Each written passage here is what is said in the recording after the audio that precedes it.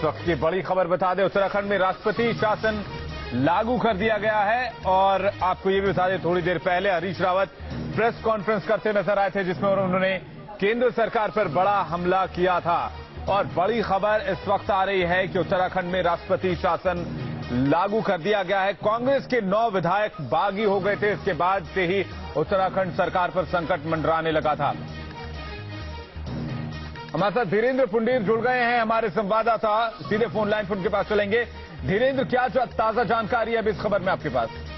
देखिए विवेक, जिस तरह से गवर्नर की रिपोर्ट आई थी इस 28 को, जो उन लोगों को एक रूल उसमें साबित करना था विश्वास मत, उससे पहले ही एक रिपोर्ट दी गई जिसमें तमाम चीजों का हवाला दिया गया कि किस तरह से राजनीतिक उठापटक हो रही है, जिसमें कहा जाए चाहे वो स्टिंग की चीजें हो या इस तरह की, लग रहा था कि स्मूथ तरीके से किसी किस्म का विश्वास मत प्रस्ताव नहीं होगा।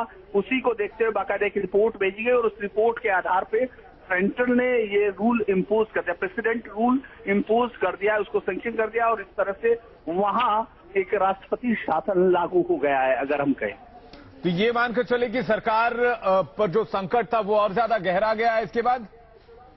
एक तरह से कि पूरी रिपोर्ट्स ये बात कर रही है कि वहां मौजूदा स्थिति में जब भी हम लोग प्रेसिडेंट रूल की बात करते हैं तो ये कहा जाता है कि वहां संवैधानिक मशीनरी अभी इस वक्त काम करने की स्थिति में नहीं है, लिहाजा हस्तक्षेप करना पड़ा है सेंटर को और ये बहुत ही एक्सट्रीम स्थिति में होता है। तो ये कहा जा सकता है कि वहां सरकार इस समय नहीं, उस तरह जो राज्य सरकार चुनी हुई सरकार वो नहीं है और राष्ट्रपति के शासन है। तो हरीश रावत थोड़ी देर पहले प्रेस कॉन्फ्रेंस करते नजर आए थे धीरेन्द्र।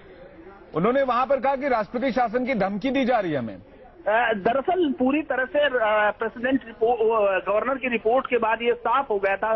कल ही जिस तरह से सीडी आई थी, स्टिंग आया था कि किस तरह से सरकार विधायकों को तोड़ना चाहती है और दोनों तरफ से, दोनों अगर हम कहें कि बीजेपी हो या फिर कांग्रेस हो, अपने दांव बड़े थे, लिहाजा एक दूसरे के चाल से पहले ही दूसरे ने अपनी चाल चल दी, ये कहा जा सकता है अगर राजनीतिक मुहावरे का इस्तेमाल करें।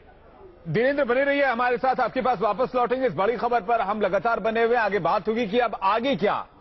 जल्द वापस आ रहे हैं।